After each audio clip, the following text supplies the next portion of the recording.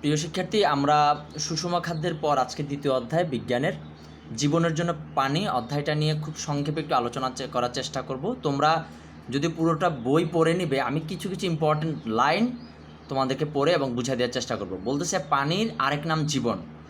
হ্যাঁ, মানে জীবন কেন জীবনের সাথে তুলনা করলো, কারণ হচ্ছে আমরা পানি ছাড়া আসলে চলতে পারি না, বাঁচতে পারি না। শুধু জীবন ধারণের জন্যই নয়, দেশের উন্নয়নের জন্য আমাদের পানির দরকার। এটা একটা সামগ্রিক কথা। দেশ উন্নয়ন মানে আমি যদি না থাকি তাহলে আবার দেশের উন্নয়ন কিভাবে? যেখানে একজন ব্যক্তি পানি ছাড়া বাঁচতে পারবে না, সেখানে তো লক্ষ লক্ষ কোটি কোটি মানুষ নিয়েই তো দেশ। তাহলে সব কিছুতেই, তাই না? একেবারে প্রত্যেকটা বিষয়, যেমন কৃষিক্ষেত্রে বলো, এবং আমাদের শরীরে পানি ছাড়া তো কোনোভাবেই চলা সম্ভব না। একটা গাছ পানি ছাড়া কিন্তু বাঁচতে পারবে না। তো এই জায়গাগুলো থেকে বলা যায় পানির আসলে অপর নাম হচ্ছে জীবন। আবার কখনো কখনো মরণও হয়, কারণ আমরা পানিতে ডুবে মারা যাই, তাই না? আমরা প্রতি বছর হিসাব করলে একটা বড় ধরনের একটা সংখ্যা দেখা যায়, পানিতে ডুবে ছোট ছোট বাচ্চারা মারা যায়। হ্যাঁ, তো পানির অপর নাম আবার মৃত্যু হইতে পারে যদি সেটাকে আমরা সঠিক জ্ঞানের মধ্যে না রাখি। এবার হচ্ছে পানি, পৃথিবীতে যত ধরনের তরল পদার্থ পাওয়া যায়, পানি তার মাঝে সবচেয়ে সহজলভ্য। মানে তরল পদার্থ বলতে আমরা কী বুঝি? যেটা হচ্ছে কী বলা যায়, কঠিন না, মানে পানি দিয়ে কিন্তু আঘাত করলে তুমি ব্যথা পাবে না। যেটা কঠিন না, আবার গ্যাসিও না। আমরা চুলায় যেটা চালাই দেখা যায় না, গ্যাসকে দেখা যায় না। যখন আমরা ম্যাচটা জ্বালায় দিয়ে সামনে নেই, তখন দেখা যায় যে এক ধরনের আলো, সেটাকে আমরা বলি আগুন। তাহলে কঠিন কি? এই যে চেয়ার টেবিল, আমাদের শরীর, এগুলো কঠিন। আর তরল কি? যেটা কঠিনও না আবার গ্যাসিও না, সেটাই হচ্ছে তরল। তো তরলের মধ্যে কী কী? যেমন আমরা দুধ পাই, তেল পাই, তারপর হচ্ছে রক্ত। হ্যাঁ, এইসব জিনিসগুলো হচ্ছে তরল। তার মধ্যে বলছে সবচেয়ে সহজলভ্য হচ্ছে পানি। আমার হাত বাড়ালেই পানি পাই। তুমি হাত বাড়ালেই নালা পাবা, নালার মধ্যে পানি আছে। তারপর তোমার যখন হাত বাড়াতে ইচ্ছা করবে না, তখন তুমি হাউমাউ করে কান্না করবা, দেখবা চোখে দিয়ে পানি বেরোচ্ছে। হ্যাঁ, আরেকটু যদি একটু কষ্ট করে আমাদের পতেঙ্গার দিকে যাও, তাহলে তো আর বলে লাভ নাই, সব লবণাক্ত পানি আর পানি, পানি আর পানি। আর একটু কাছাকাছি কর্ণফুলী নদী, শুধু পানি আর পানি। বলছে মানুষের শরীরে শতকরা 60 থেকে 75 পানি। অর্থাৎ আমার যে শরীরটা, এটার মধ্যে হাড় আছে, আমরা কত কিছু দেখি না, এখানে কোনো পানির কিন্তু কোনো উল্লেখ নাই। বলছে হাড়, হৃৎপিণ্ড, তারপর হচ্ছে পাকস্থলী, তারপর হচ্ছে রক্ত, এই সব কিছু। এই যে রক্ত বলতেছি, রক্তের মধ্যেও পানি আছে। তারপর দুধ বলছি, দুধের মধ্যেও পানি আছে। তেল বলতেছি, তেলের মধ্যেও পানি আছে। প্রত্যেকটা জিনিসের মধ্যে পানি আছে। তো আমাদের পুরো বডিটার মধ্যে 100%-এর মধ্যে 60 থেকে 70%ই হচ্ছে পানি। তারপর বলছে মাছ, মাংস কিংবা শাকসবজিতে শতকরা 60 থেকে 90% পানি থাকে। মানে আমরা যা খাই, যা করি, সব কিছুর মধ্যে পানি আছে। পানি ছাড়া আসলে, যেমন আমি যদি বলি পিওর সোনা, পিওর সিলভার, রূপা, এগুলো হচ্ছে পানি নাই এগুলোর মধ্যে। পিওর মানে হচ্ছে এগুলো তার কোনো পানি, অন্য কোনো পদার্থ নাই, তাই এগুলোকে বলা যায় যে পানি ছাড়া। বাকি আমরা যখন একটা গাছ কাটবো, গাছের মধ্যেও কিন্তু কী থাকে? পানি থাকে। এই জন্য বলা যায় যে হ্যাঁ, পৃথিবীর সব কিছুর মধ্যে কী আছে? পানি আছে প্রায়। আমাদের বেঁচে থাকার জন্য পানি অপরিহার্য, তাই পানির আরেক নাম হচ্ছে জীবন। তাহলে পানি সম্পর্কে কিছু গুরুত্বপূর্ণ সম্পর্ক জেনে নিয়ে আছে, পানির ধর্ম। এবার হচ্ছে এখানে বলছে গলনাঙ্ক ও স্ফুটনাঙ্ক। গলনাঙ্কটা কী সেটা বুঝতে হবে, স্ফুটনাঙ্কটা কী সেটা বুঝতে হবে। গলন মানে হচ্ছে গলে যাওয়া। আমরা দেখি বরফ কি হয়ে যায়? গলে যায়, তাই না? তারপরে লোহাকে কখনো গলতে দেখছো? লোহাকে তাপমাত্রা দিলে কিন্তু লোহাও তরল হয়ে যায়। এই যে গলে যাওয়াটাকে বলে গলনাঙ্ক। গলনাঙ্কটা কীভাবে হলো? গলন যোগ অঙ্ক, এই দুইটা শব্দ যুক্ত হয়েছে গলনাঙ্ক। অর্থাৎ যেই তাপমাত্রায় গেলে পানি বা যে কোনো জিনিস গলে তরল হয়ে যায়, সেটা হচ্ছে তার গলনাঙ্ক। আর স্ফুটনাঙ্ক কি? স্ফুট অর্থাৎ হচ্ছে বাষ্প। স্ফুট মানে হচ্ছে বাষ্প, আর এর সাথে স্ফুটনাঙ্ক অঙ্ক যুক্ত করছে। অর্থাৎ বাষ্প হতে যেই পরিমাণ তাপমাত্রার প্রয়োজন, সেটাকে বলছি স্ফুটনাঙ্ক। খুব ভালো বিষয়, তুমি যদি একটা বরফ নাও, বরফটা নিয়ে তুমি প্রথমে চুলার মধ্যে একটা সিলভার বা টিনের একটা কিছু রাখলা, তার উপরে তুমি বরফটা দিলা, দেখবে একটা সময় সে গলে গেল, গলে পানি হয়ে গেল। আরও তাপ দিতে থাকলা, দেখা যাবে সেই যেটার উপর তুমি বরফটা রাখছো সেখানে কিছুই নাই। তাহলে পানিটা কোথায় গেল? পানিটা আসলে উড়ে গেছে। কোথায় উড়ে গেছে? এটা জলীয় বাষ্প হয়ে, এই যে আমরা মেঘ দেখি, সেখানে এটা উপরের দিকে উঠে গেছে। তাহলে আমরা কি বুঝলাম? গলনাঙ্ক হচ্ছে কঠিন পদার্থ যেই তাপমাত্রায় গলে যায়, সেটা হচ্ছে গলনাঙ্ক। আর স্ফুটনাঙ্ক হচ্ছে কি, কোনো পদার্থ যখন কি হয়ে যায়, বাষ্প হয়ে যায়, যেই তাপমাত্রায় গেলে বাষ্প হয়ে যায় সেটা হচ্ছে তার স্ফুটনাঙ্ক। এবার আসি পানির গলনাঙ্ক কত। বলছে পানি যখন কঠিন অবস্থায় থাকে সেটাকে আমরা বলি বরফ, যে তাপমাত্রায় বরফ গলে যায় সেটাকে আমরা সেটা হচ্ছে গলনাঙ্ক।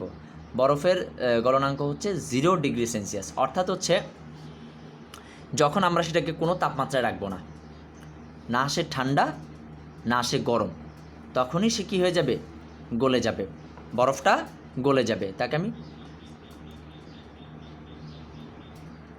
আচ্ছা তাহলে দেখলাম যে কি বলছে, বরফের গলনাঙ্ক হচ্ছে 0 ডিগ্রি, অর্থাৎ 0 ডিগ্রিতে যখন মানে বরফটা কখন হয়, বরফ হবে যখন হচ্ছে সেটা 0 ডিগ্রির নিচে, অর্থাৎ -1 ডিগ্রি, -2 ডিগ্রি, -3 ডিগ্রি, তখন সেটা কী হয়ে যাবে, বরফ হয়ে যাবে। যেমন আমাদের ফ্রিজের মধ্যে কিন্তু -0 ডিগ্রি না, মাইনাসের দিকে থাকে, আর আমাদের ফ্রিজের বাইরের তাপমাত্রা কিন্তু প্লাস, আমরা 18 ডিগ্রি 36 ডিগ্রি পর্যন্ত আমাদের দিনের তাপমাত্রা হয়ে থাকে। তো দেখা যাচ্ছে একটা বরফ ছিল, সেটাকে যখন আমি 0 ডিগ্রি তাপমাত্রায় রাখবো, অর্থাৎ গরমও না ঠান্ডাও না, তখন বরফটা গলে তরল হয়ে যাবে। 0 ডিগ্রি তাপমাত্রায় বরফ কী হয়ে যায়, গলে যায়, গলে পানি হয়ে যায়, তরল হয়ে যায়। আর যদি সেটাকে আমি, পানির স্ফুটনাঙ্ক হচ্ছে 99.98 ডিগ্রি সেলসিয়াস, যেটা 100 ডিগ্রি সেলসিয়াস খুবই কাছাকাছি, 100 ডিগ্রি সেলসিয়াস খুব কাছাকাছি। বলছে এই তাপমাত্রায় গেলে কী হয়ে যাবে, বরফ, এটা হচ্ছে বরফের পানির স্ফুটনাঙ্ক পানির, তখন হচ্ছে পানিটা কী হয়ে যাবে, জলীয় বাষ্প হয়ে যাবে। অর্থাৎ ওই যে বললাম, তুমি একটা কী বলে যে একটা ধরো সসমানের ঢাকনা বা এরকম একটা কিছু, বা পিরিচ কাচে তোমার টিনের পিরিচের উপর রাখলা, সেটা কী হয়ে যাবে, একটা সময় উদাও হয়ে যাবে। উদাও হয়ে যাবে বলতে সে হচ্ছে উড়ে যাবে। এটাই বলছে বিশুদ্ধ পানির স্বাদ গন্ধ বর্ণহীন। বলছে বিশুদ্ধ পানি কি থাকে না, কোনো স্বাদ থাকে না, গন্ধ থাকে না, বর্ণ থাকে না। তার মানে কি, যার স্বাদ আছে, কী স্বাদ, কখনো তিতা কখনো লবণ, যেমন সাগরের পানি স্বাদ আছে, তার মানে হচ্ছে এটা বিশুদ্ধ নয়। যেমন আমরা নালার পানিতে কী পাই, গন্ধ পাই, বা আবদ্ধ জলাশয়ের পানি আমরা গন্ধ পাই, সেগুলো কি নয়, বিশুদ্ধ নয়, বর্ণহীন। বর্ণহীন পানির কোনো কোনো পানির কোনো কালার নাই, তুমি যেখানে রাখবা থাকে সেটাই হচ্ছে তার কালার। তাহলে বিশুদ্ধ পানির এই 3টা জিনিস থাকবে। পানির ঘনত্ব, পানির ঘনত্ব হচ্ছে কী বলছে, পানির ঘনত্ব তাপমাত্রার উপর নির্ভর করে। 4 ডিগ্রি সেলসিয়াস তাপমাত্রায় পানির ঘনত্ব সবচেয়ে বেশি, আর সেটি হচ্ছে 1 গ্রাম সিসি 1000 কেজি মিটার কিউবিক, বা অর্থাৎ 1 সিসি পানির ভর 1 গ্রাম। তো তাহলে আমরা বুঝলাম যে কি, 1000 কেজি পানি আমরা কিউবিক, তো যখন সমুদ্রের পানি বা সমুদ্রের গড় একটা বা নদীর পানি মাপা হয়, তাহলে দেখবা যে আমাদেরকে যে বিভিন্ন ইন্ডিয়া থেকে যে আমাদের পানি পাওয়ার কথা, সেখানে বলে যে এত কিউবিক মিটার পানি আমাদের দেওয়ার কথা ছিল কিন্তু দেয় নাই। সেটা কি, একটা হিসাব, পানিকে হিসাব করার যে একক সেটা হচ্ছে কিউবিক মিটার। আমরা রাস্তা মাপি কীভাবে, কিলোমিটার, মিটার, জামা মাপি ইঞ্চি, এত ইঞ্চি বা অত ইঞ্চি, গজ, এরকম একটা একক হচ্ছে কিউবিক মিটার। আচ্ছা, এরপর বিদ্যুৎ ও তড়িৎ প্রবাহতা বলছে পিএইচ হলো 7। আচ্ছা, পানির পিএইচটা তোমাদের একটা বিষয় আসতে পারে। পিএইচটা কি, পিএইচটা হচ্ছে পানির মধ্যে হাইড্রোজেনের মাত্রা, অর্থাৎ পাওয়ার অফ হাইড্রোজেন হচ্ছে পিএইচ। যদি কোনো পানিতে পাওয়ার অফ হাইড্রোজেন 7 হইলে হচ্ছে সেটা ঠিক আছে, 7 কম হইলেও সমস্যা, 7 বেশি হলেও সমস্যা। তাই পিএইচ আসলে তুমি মাপতে পারবা না, পিএইচ মাপার একটা মেশিন আছে, যেরকম আমাদের জ্বর মাপার একটা থার্মোমিটার আছে, ঠিক তেমন। এবার হচ্ছে পানির গঠন হচ্ছে H2O। H2 হচ্ছে হাইড্রোজেন একটা গ্যাস, অক্সিজেনও একটা গ্যাস। আমরা কি নেই, বেঁচে থাকার জন্য যে নিঃশ্বাস নেই সেটা হচ্ছে অক্সিজেন। তো এই অক্সিজেন আর হচ্ছে হাইড্রোজেন, দুইটা গ্যাস মিলে হচ্ছে কি হয়, পানিতে রূপান্তরিত হয়। সেখানে কি থাকে, 2টা হাইড্রোজেন থাকে, H2, 2টা হাইড্রোজেন কণা আর একটা অক্সিজেন কণা মিলে তৈরি হয় H2O, যেটাকে বলে পানি। বিজ্ঞানের ভাষায় H2O বলা হয়। এখানে H2 এর গঠন দেখাচ্ছে যে H, 2টা H প্লাস O, এইভাবে একটা পানির কণা গঠন করে, এটাই দেখাইছে। এবার বলছে পানির উৎস, বলছে 90% পানি সমুদ্র। আমাদের পৃথিবীতে যত পানি আছে তার 90% পানি আছে সমুদ্রে, এবং সমুদ্রের পানি খাবার উপযোগী নয়। হ্যাঁ, এটা হচ্ছে আমাদের জন্য অনুপযোগী, আমরা সমুদ্রের পানি গ্রহণ করতে পারি না। আমরা কি পানি, আমরা সুপেয় পানি বা মিষ্টি পানি যেটা হচ্ছে, যেটা নদীর পানি, আমরা কি করতে পারি, গ্রহণ করতে পারি। বরফ উত্তর মেরু বা দক্ষিণ মেরুতে যে বরফ জমে থাকে সেখানে কী আছে, আমাদের জন্য সুপেয় পানি আছে, কিন্তু সেটা যখন সমুদ্রে মিশে যায় তখন আমরা সেটা গ্রহণ করতে পারি না। এই যে পানির আরেকটি বড় উৎস হচ্ছে হিমবাহ তুষার স্রোত। এই যে আমাদের যে কর্ণফুলী নদী সেটার পানি আসতেছে হচ্ছে ইন্ডিয়ান একটা চ্যানেল থেকে, যেটা কাপ্তাই লেক দিয়ে আসতেছে, সেটা দেখা যাচ্ছে সেটা আরও উপরে গেলে আমি স্পেসিফিক জায়গাটার নাম ভুলে গেছি, সেটা পাহাড় থেকে নেমে আসে। আমরা অনেক সময় ঝর্নার পানি দেখি, ঝর্নার পানিটা আসলে কোত্থেকে আসে, যে মাটি থেকে বের হয়ে আসে, আবার মাটি সেই পানিটা কোথা থেকে পায়, বৃষ্টি থেকে পায়, এভাবে একটা সার্কেলিং। তা আমরা সেই পানিটা নিতে পারি, আমরা ঝর্নার পানি খেতে পারবো, নদীর পানি খেতে পারবো, যদি পিউরিফাই করতে হবে, সেটাকে বিশুদ্ধ করতে হবে। তারপর হচ্ছে আমরা তুষারপাত যেটা হয়, যেমন তিব্বত থেকে কিছু পাহাড়ি স্রোত নেমে আসে, পাহাড়ি পানির স্রোত নেমে আসে, সেগুলো হচ্ছে আমাদের দেশের নদীগুলোর সাথে যুক্ত হয়, আর তাই আমরা সেই পানিগুলো খেতে পারি। বলছে বাংলাদেশের মিঠা পানির উৎস, বাংলাদেশের মিঠা পানির উৎস কি? মাঠে ফসল, মিঠা পানিতে কী কী কাজ করা হয়? আমরা রান্না বান্না, কাপড় ধোয়া, গোসল করা, মাঠে ফসল ফলানো, সব কাজই করি আমরা হচ্ছে মিঠা পানি দিয়ে। ঠিক আছে, পুকুর হ্রদে যত ধরনের পানি আছে, মাছ চাষ থেকে শুরু করে সব কিছুই আমরা কি করি, মিঠা পানি দিয়ে করি। লবণ পানির কাজ কি? লবণ পানির কাজ হচ্ছে ওই যে দেখবা আমরা যে লবণ পাই সেটা সমুদ্রের পানি থেকেই আমরা সেই লবণটা তৈরি করি, আর হচ্ছে লবণ পানি সমুদ্র থেকেও আমরা মাছ ধরি। ঠিক আছে, এটাই জলজ উদ্ভিদের জন্য প্রয়োজনীয় পানির প্রয়োজনীয়তা। হ্যাঁ, আমরা কচুরিপানা দেখি, ক্ষুদিপানা, টোপা, এগুলো কি করে পানির উপর ভেসে থাকে, এদের জীবন পুরোপুরি পানি ছাড়া অচল। ঘাস কিন্তু মাটি থেকে পানি শোষণ করে, আর এরা হচ্ছে ডাইরেক্ট পানি থেকেই তাদের খাদ্য নিয়ে নেয়। এটা একটু পরে দেখবা, এটা অতটা ইম্পর্টেন্ট কিছু না। জলজ প্রাণীর জন্য পানির প্রয়োজনীয়তা বলছে 80% মাছ থাকে। আচ্ছা, আমাদের প্রয়োজনীয় প্রোটিনের প্রায় 80%। প্রোটিন মানে এর আগে খাদ্য পুষ্টিতে আলোচনা করা হয়েছিল যে প্রোটিন আসলে কি করে আমাদের দেহের বৃদ্ধি ঘটানোর জন্য প্রোটিনের মানে প্রোটিন ছাড়া আসলে সম্ভব না। তো এই সুষম খাদ্যে যে এই প্রোটিনের চাহিদাটা কোত্থেকে আসে 80% হচ্ছে মাছ থেকে, সামুদ্রিক মাছ। তারপরে আছে আমাদের গবাদি পশু আছে, মুরগি, ডিম, ডাল, এইসব জায়গা থেকেও আসে। পানির মানদণ্ড বলছে পানি কীভাবে মাপা হয়। বলছে পানি অত্যন্ত মূল্যবান প্রাকৃতিক সম্পদ। আগের আলোচনা আমরা দেখেছি যে নদ নদীর পানি আমাদের পরিবেশের খুবই গুরুত্বপূর্ণ একটা অংশ। একটি জলজ উদ্ভিদের আর প্রাণীর আশ্রয়স্থল। শুধু তাই নয়, এই পানি কৃষিকাজের সেচের জন্য ব্যবহার করা হয়। আচ্ছা, একই কথা বারবার এখানে দেওয়া আছে। বর্ণস্বাদ তোমরা জানো, পানি বর্ণহীন স্বাধীন আমরা আলোচনা করছি। তারপর হচ্ছে ঘোলার পরিমাণ, পানির ঘোলাটে হলে কি সেটি পানিতে বসবাসকারী প্রাণীর জন্য। হ্যাঁ, কখনো কখনো এই যে আমরা ঘোলা পানি দেখি, ঘোলা পানিতে কিন্তু সব ধরনের মাছ বসবাস করতে পারে না। ঘোলা পানিতে শুধুমাত্র ক্যাটফিশ অর্থাৎ শিং মাছ, তারপর হচ্ছে কই মাছ বাঁচতে পারে, তারপর হচ্ছে মাগুর মাছ, এই ধরনের মাছগুলো বাঁচতে পারে, কিন্তু এই যে তেলাপিয়া মাছটা আছে এগুলো কিন্তু ঘোলা পানিতে বাঁচতে পারে না। তেজস্ক্রিয় পদার্থের উপস্থিতি। তেজস্ক্রিয় পদার্থ কি? তেজস্ক্রিয় পদার্থ হচ্ছে যে সকল পদার্থ বিভিন্ন ধরনের আলফা বিটা গামা রশ্মি নির্গত করে, তোমরা সেটা বুঝবা না, মানে তাদের থেকে কিছু জিনিস বের হয় যেটা অন্যদের ক্ষতি করে। তেজস্ক্রিয় পদার্থ মানে হচ্ছে যেটা পানিতে বিভিন্ন ধরনের প্রাকৃতিক যেই গাছ, জলজ উদ্ভিদ, তারপর হচ্ছে জলজ প্রাণী, মাছ, পোকামাকড়, চিংড়ি, এগুলোকে তারা কি করে, ক্ষতি করে। এগুলো কোত্থেকে আসে? তেজস্ক্রিয় পদার্থ কলকারখানা থেকে আসে, কলকারখানার যে তেল, হ্যাঁ, তারপর হচ্ছে বিভিন্ন পদার্থ যেমন ইউরেনিয়াম আছে, তারপর হচ্ছে ফসফেট আছে, এই জায়গাগুলো হচ্ছে যেমন আমাদের আরও আছে, যেমন আমরা কৃষিকাজে যেটা ইউজ করি, ইউরিয়া সার, এগুলো কিন্তু তেজস্ক্রিয় পদার্থে রূপ নিয়ে নদীতে এসে মাছ, তারপর হচ্ছে জলজ প্রাণীর ক্ষতি করে, পানি নষ্ট করে ফেলে। ময়লা আবর্জনা আমরা নদ নদীতে দেখা যায়, এই যে আমরা নালায় যে ময়লাগুলো ফেলি সেগুলো মূলত চলে যায় নদীতে, তাই নদী দূষণ হয় এবং আমরা দিন দিন মাছের যে উৎস সেটা নষ্ট হয়। দ্রবীভূত অক্সিজেন, এখানে বলছে জলজ প্রাণীদের বেঁচে থাকার জন্য 1 লিটার পানিতে কমপক্ষে 5 মিলিগ্রাম অক্সিজেন থাকা দরকার। এটা মানে একটা কখন বুঝবে এই পানিটা ভালো, যখন সেই পানির 1 লিটার পানির মধ্যে 5 গ্রাম অক্সিজেন পাওয়া যাবে। তো এটা কী হয়, এটা নষ্ট হয়ে যায় যখন ওই যে কারখানার বিভিন্ন কি বলবো ক্ষতিকর পদার্থগুলো এসে পানিতে মিশে, তখন সেটা নষ্ট হয়ে যায় এবং মাছ বা জলজ উদ্ভিদগুলো বাঁচতে পারে না। তাপমাত্রা, পানির তাপমাত্রা আছে, পানির তাপমাত্রা যদি বেড়ে যায় বা কমে যায় তখন কি হয়ে যায়, সেই পানি দূষিত হয়ে যায়। পানির পিএইচের একটা কথা আছে যে পানির নিরপেক্ষ হলো 7, অ্যাসিটিক 7-এর কম।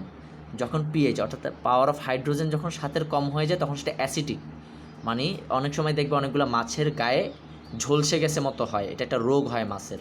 তো যখন পানির পিএইচ 7-এর কমে যায় তখন এই রোগটা হয়।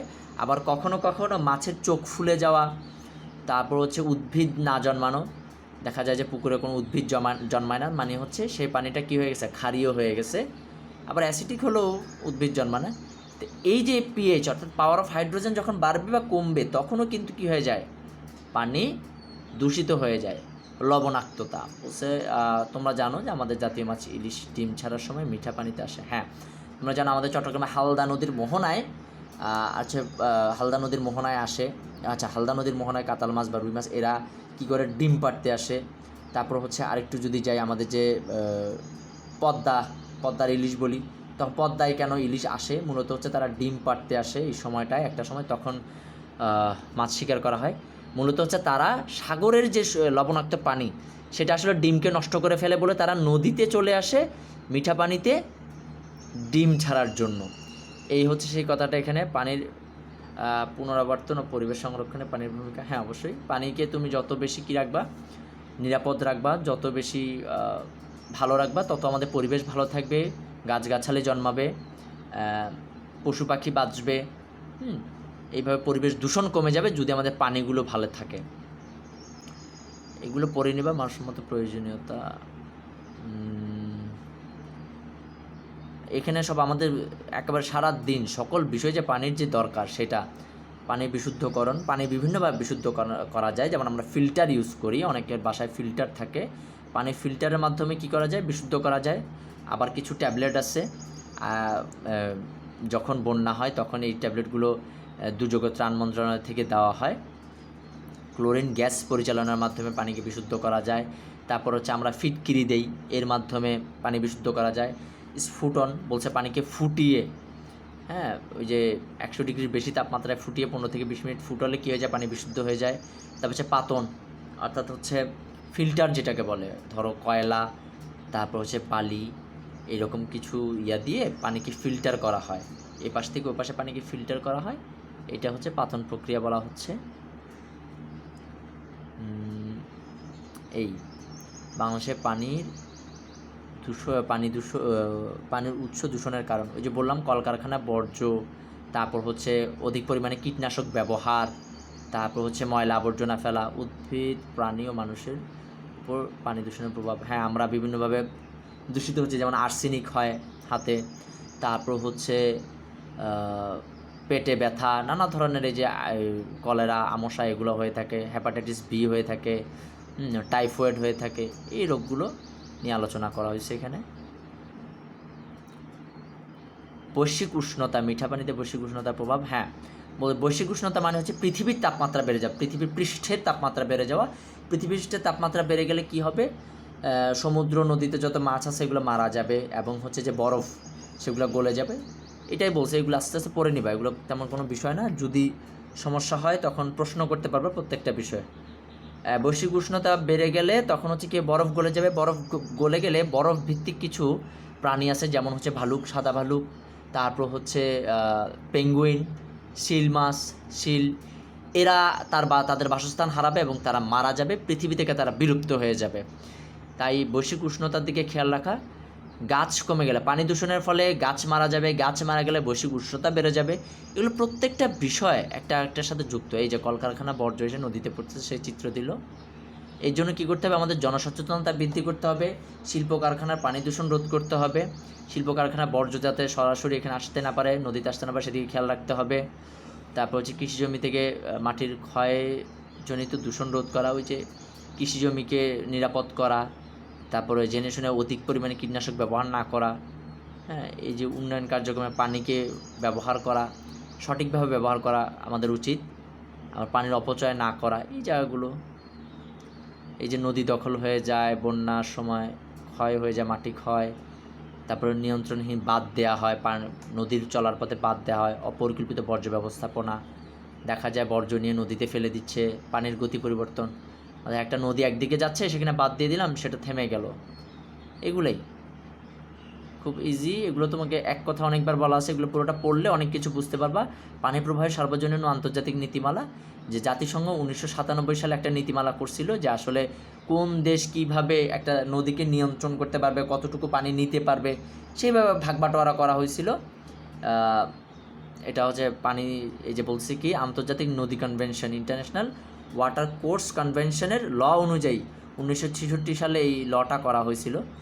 হ্যাঁ, এখন এগুলো অনেক দেশ, এই যে আমরা পানি পাচ্ছি না, ভারত আমাদেরকে পানি দিচ্ছে না, তারাও কিন্তু এই যে ইন্টারন্যাশনাল ওয়াটার কোর্স কনভেনশনের যে ল, আইন, সেটাকে কিন্তু চুক্তি ভঙ্গ করতেছে। আমাদের যে পানি পাওয়ার অধিকার সেটা কি করতেছে, তারা ক্ষুণ্ণ করতেছে। বলছে 1971 সালের 2 ফেব্রুয়ারি ইরানের রমসারে ইউনেস্কোর উদ্যোগে আন্তর্জাতিক সম্মেলনে নেয়া জলাভূমি সংক্রান্ত সিদ্ধান্তগুলো হচ্ছে রামসার কনভেনশন। বাংলাদেশে 1973 সালে এই সমঝোতা চুক্তিতে সই করে। অর্থাৎ এই আইনটা নিয়ে আলোচনা হয়েছিল বা আইনটা উত্থাপন করা ছিল 1971 সালে। বাংলাদেশ 1973 সালে এই চুক্তির সাথে কী হয়, স্বাক্ষর অর্থাৎ সম্মতি গ্রহণ করে। পরবর্তীতে 82 সাল এবং 87 সালে রমসার কনভেনশনের সংশোধন ও পরিমার্জন করা, এবং সেটা আরও পরিবর্তন করা হয়েছে। এই হচ্ছে বিষয়, এটা তোমরা রিডিং পড়বা, যতটুকু সম্ভব হয়েছে তোমাদেরকে বুঝিয়ে দেওয়া গেছে। যদি কোনো প্রশ্ন থাকে রিডিং পড়ে সেটা আবার তোমরা প্রশ্ন করবা, ঠিক আছে, কোথাও জানার যদি ঘাটতি থাকে।